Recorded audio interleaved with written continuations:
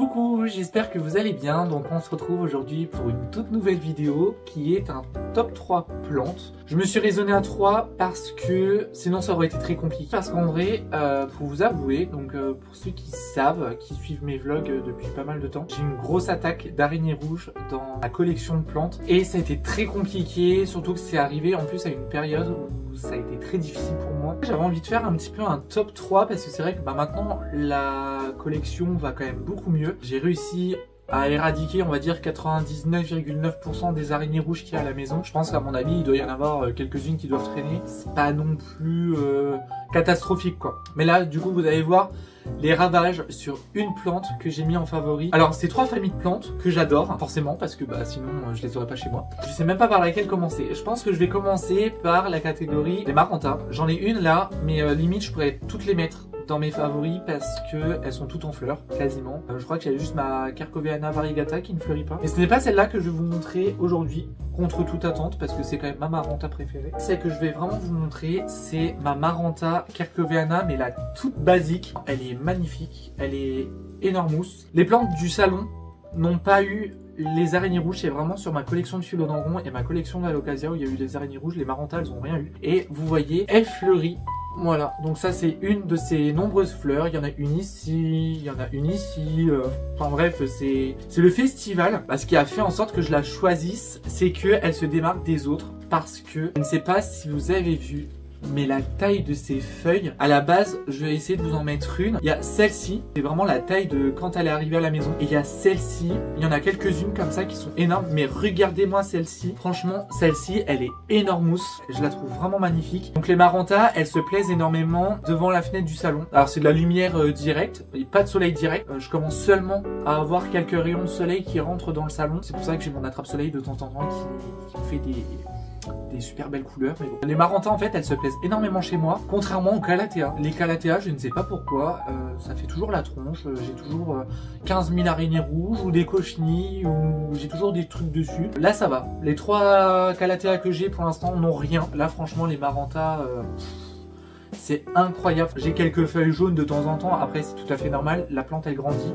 La plante vieillit. Voilà, c'est le cycle aussi de la vie des plantes. C'est vraiment une plante que j'admire énormément, que j'adore. Les Marantas, je sais pas si vous le savez, mais les Marantas, le soir, c'est comme les Calathea. Elles se referment, en fait. On appelle ça aussi des plantes prieuses. Il y a beaucoup de réels Instagram ou de shorts sur YouTube. Vous savez, en accéléré, de Marantas ou de Calathea, en fait, qui se referment, qui se rouvrent. Pourtant, elle était pas comme ça quand je l'ai acheté. Je sais plus dans quelle vidéo je vous la mettrai, mais je crois que je l'ai depuis janvier. Elle a énormément grossi, comme toutes mes Marantas. Je crois que je l'ai rempoté genre déjà 2 fois. Je vais vous montrer les racines si vous voulez. De toute façon, même si vous voulez pas, je vous montre quand même. Vous voyez les racines, moi je vois que dalle. Les racines quand même touchent déjà le fond du pot et ça fait pas mal de temps. Donc forcément, je vais pas rempoter mes Marantas toutes les 5 minutes, clairement ça sert à rien. Donc ce que je fais, c'est que je laisse coloniser le pot et puis je défais un peu la motte au moment du rempotage. Forcément, je casse quelques racines. Je vais vous parler, j'hésite entre les deux parce que j'en ai 2 dans ma collection. Au pire, je vous les montre tous les deux. Allez. C'est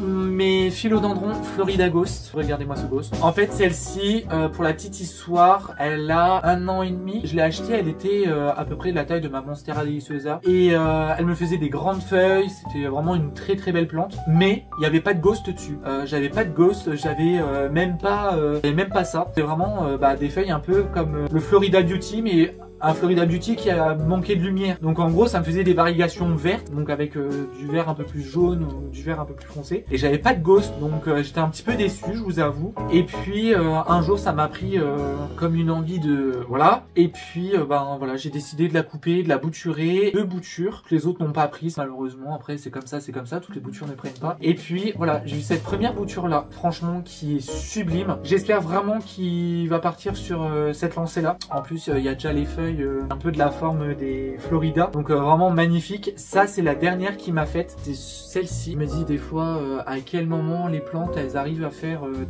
la nature arrive à faire des plantes comme celle-ci. Alors après je sais pas si c'est vraiment dans la nature qu'il en existe, mais si vraiment c'est même un Florida Green, mais comment c'est possible qu'une plante arrive à sortir ce genre de feuilles là? Et du coup le deuxième il est comme ceci. Donc là il est en train de me ressortir une nouvelle feuille malgré le rempotage. Pour ceux qui savent, je suis en train de rempoter tous mes philodendrons. Alors il y en a qui qui ont besoin d'être empotés, il y en a d'autres qui n'ont pas besoin, donc ceux qui n'ont pas besoin, je les laisse tranquilles pour le moment. Ils se plaît énormément. Alors, ils iront tous les deux sur tuteur, donc vraiment ça sera 2 plantes différents, 2 pieds dans 2 pots différents, 2 tuteurs différents. Celui-ci, je pense que je le perds, je le rachète, quoi. Et vous voyez, déjà la taille de la feuille, ça fait vraiment la taille de ma main, quoi.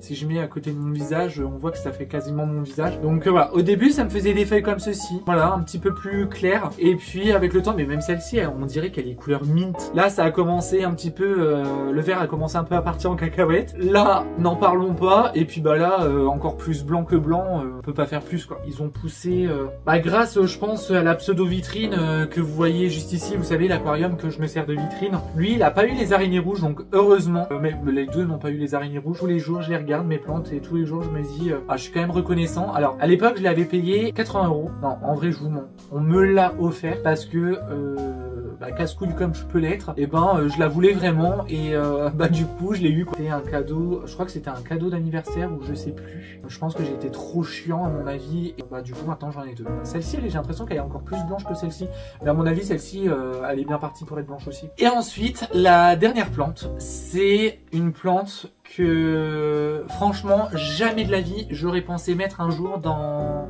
mon top 3. Surtout ces derniers temps, il faut comprendre que mes alocasias ont subi vraiment de plein fouet les attaques, l'attaque des araignées rouges. Il y en avait de partout. Je pense que cet alocasia là, c'est vraiment un alocasia que j'apprécie énormément, que j'aime énormément. Je pense, il est fort probable que c'est mon alocasia préféré avec la Frydek.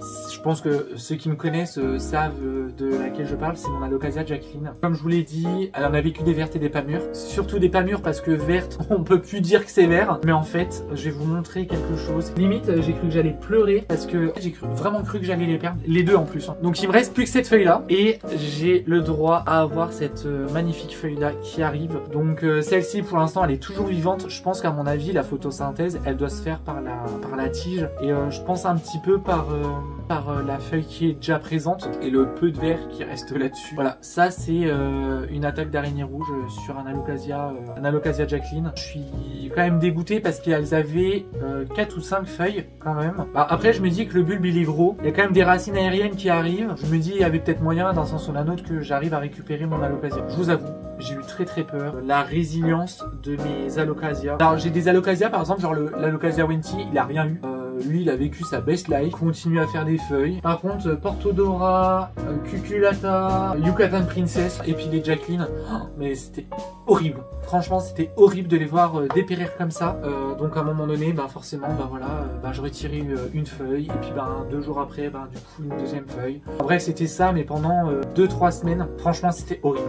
À un moment donné j'ai dit mais quand est-ce que ça va s'arrêter, quoi, parce que je mets du savon noir mélangé avec de l'huile de neem que je dilue dans de l'eau dans un petit vapeau comme ça de savon noir, je mets à peu près la même quantité d'huile de neem, tout le reste c'est de l'eau. Ça marche super bien, ça me faisait mal au cœur. Je pense que j'ai complètement baissé les bras, j'ai dit advienne que pourra, et je mets l'humidificateur en route, alors je le bougeais de place de temps en temps dans la journée pour que tout le monde puisse bénéficier un petit peu de l'humidité. Je sprayais mes plantes et voilà, après très grosse résilience ces plantes là. Je me dis il y a peut-être 2 ans, j'ai eu mon premier alocasia Jacqueline. Il est mort, mais d'une façon monumentale. Franchement, je pense qu'il aurait eu le meilleur Oscar. Le truc, il s'est cru à Hollywood. Avec le recul, je me dis ouais, j'ai quand même beaucoup appris. Vous voyez, c'est pas parce que il y a des moments où par exemple on est fatigué, où on est débordé, où on est dépassé par exemple par une attaque de trips, d'araignées rouges, de cochenilles, de tout ce que vous voulez, que de temps en temps il faudrait pas regarder ces plantes et de se dire à quel point on a de la chance des fois de les avoir, à quel point elles sont résilientes. Si on s'en occupe bien, elles nous le rendent bien. Si on les soigne du mieux qu'on peut, nous le rendrons. J'ai fait vraiment tout ce que je pouvais avec l'énergie que j'avais et je pense qu'aujourd'hui elles me le rendent bien. J'essaie de leur apporter le meilleur soin que je peux avec l'énergie que j'ai, sachant qu'en ce moment vous savez que c'est très compliqué. Je pense qu'elles me le rendent bien et elles me rendent fière quand même de moi-même parce que j'ai beaucoup appris après ces 6 longues années déjà avec les plantes. J'espère que la vidéo vous a plu, j'espère que vous avez passé un très bon moment. On se retrouve très bientôt pour une prochaine vidéo. Je vous fais plein de gros bisous, prenez soin de vous. Je vous dis à très vite pour une prochaine vidéo. Salut!